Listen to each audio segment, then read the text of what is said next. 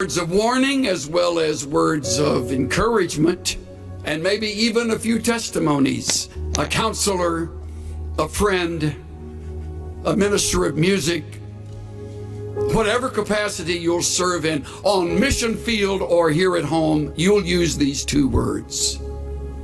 And they are, trust God. Two single-syllable words that you have heard forever, but you will discover as time passes how difficult they are to obey. Trust God. Of course, I have no way of knowing what the future holds for you. You may lose your home and everything in a fire. You may lose your spouse to an early disease, detected but not cured. You may lose your dreams, your hopes. You may lose a relationship that you have cultivated over the years. All losses are painful. And you will be brought back over and over again to the words of Proverbs chapter 3, verses 5 and 6. I know. You memorized them in Vacation Bible School or when you were growing up at the knee of a godly mother and or father, and your lips will move as I quote them. Trust in the Lord with all your heart, and lean not to your own understanding. In all your ways, acknowledge him, and he will make your paths straight. All your heart, all your ways, trust. Trust. Now, we have a problem with this because of several things. First of all, we are too blamed self-sufficient. We have learned how to get ourselves out of jams rather than acknowledging the jam has very well been either directed or permitted by our sovereign God to teach us.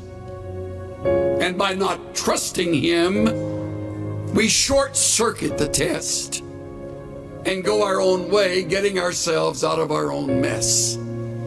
We're too self-sufficient. Another reason we fail this test is because we're too quick to call on others. We have a lot of very capable friends. As life unfolds and you leave this school and you're involved in your church, your work of ministry, your realm of responsibility, you'll meet other people. Many of them much smarter than you are. Most of them richer than you are. Better connected than you are. And some of them will become good friends. And they will become your crutch. They have connections. And when you're up against it, they'll get you through it. Another reason we don't trust is because we feel distant from the God of heaven. Don't feel too guilty about that. So did Job, as godly as he was. And yet Job said, in the midst of all of the loss, though he slay me, I will trust in him. Though he take me off this earth, in the process, I leave trusting him. I will trust him. The fourth reason I would name is that we have cultivated the bad habit of worry. Many of you are much better at worrying than you are at trusting. If you were to put together a worry list, it would outrun your prayer list. And you're worried right now about something. Most likely, it's related to something about your schoolwork, some course, some class, some test, or maybe your finances. You don't have enough money. I'll give you a word of encouragement. You'll never have enough money. So you're worried now, you're getting good at it, so you can carry that with you when you graduate, because you won't have enough money then. So you're worried about that. And you do not trust God. See how practical it is? And if you think you're going to outgrow the problem, take it from this old guy today, you won't ever outgrow it. It's like lust. You never outgrow lust. You just learn to fake it. I remember attending a Navigator conference when Lawrence Sandy was president. We were at Glen Erie, and they had a returned missionary, I think an 87, 88-year-old gentleman who Lauren brought up to the platform, and he was a long-time navigator. And Lauren said, "Tell me, Dr. So-and-so, when did you conquer lust?" The old man said, "Well, Lauren, hasn't happened yet." You'll never conquer worry. It's part of the flesh. You want to, but the only way you will get through it so that you will learn from the test is to trust. To trust. To put the worry on hold, to set it aside, deliberately shoving it away and saying, "God, at this moment, I rest in you and you alone."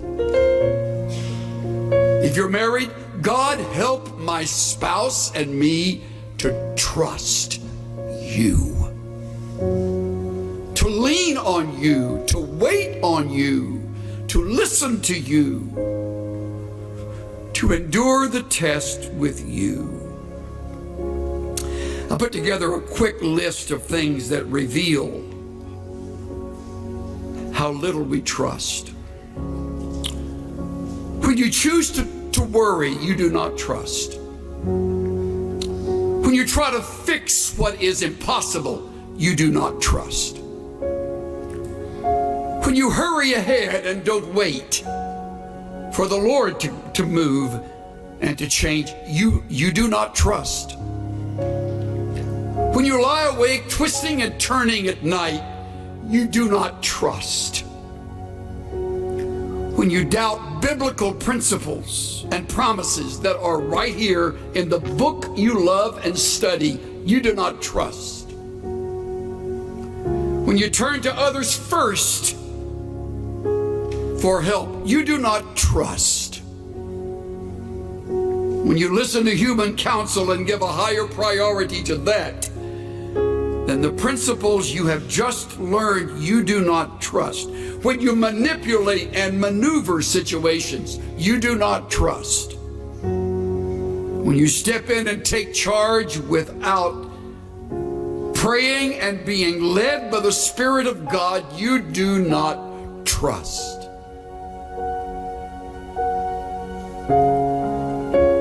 When you cling to others in order to feel secure and needed and loved, you do not trust. The list goes on and on. See how easy it is to live in the flesh, how easy it is to disobey. Trust in the Lord with all your heart.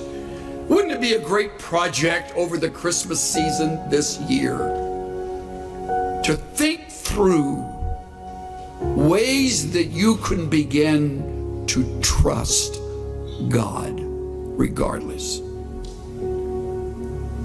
Hopefully it'll be a project that you and a good friend or you and your mate can enter together. What is it we do that keep us from trusting God? And how can we break that habit and watch God break through in ways that we would never have expected? Cynthia and I have a longtime friend who was raised with 4 brothers in southwest Texas. They were raised on a very poor ranch. They eked out a living. One of the brothers wound up getting into Baylor, going on to UCLA Law School, and earning his degree in law, and has since become a very fine attorney in the Southern California area. We've been friends since the mid-1970s. One of his 4 brothers stayed at the ranch and developed it, cultivated it. The other brothers moved away, as did our friend. And the one who stayed, along with his wife, really turned the ranch into something much more successful. Grew crops that worked, got cattle, bred them, sold them. Little by little, kind of got on their feet and finally became pretty much financially stable. Then the fires of 2011 across Texas swept through their area, and they came to that ranch. By now they knew they would lose all the cattle. They simply opened the gate, and amazingly, those animals know where to go, usually know where to go to find shelter and safety. And they fled, hundreds of them.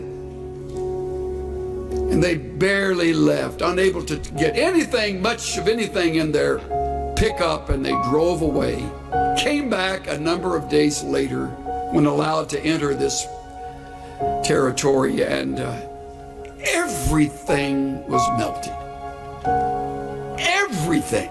Even the metal roof on the shed, on the barn, had melted down and sort of peeled its way over, and what it landed on, it kind of was that metal profile. As everything is lost, all possessions, all pictures, thankfully no lives. Strangely, the cattle got back and were clustered around in a herd around an enormous oak tree, and they were able to get them back. Of course, the fence had burned, so that has to be rebuilt. And they said to one another, we realized at that moment our faith would either kick into action or we would move far away from the God we had loved and served. They chose the former. They determined they would rebuild. They're in the process right now. Living with a brother, putting house and home back together, having lost it all. And the Lord taught me through my shameful response, He'll win this battle. Trust Him. Trust me. Trust God. Just to rest upon His promises. Just to know, thus saith the Lord.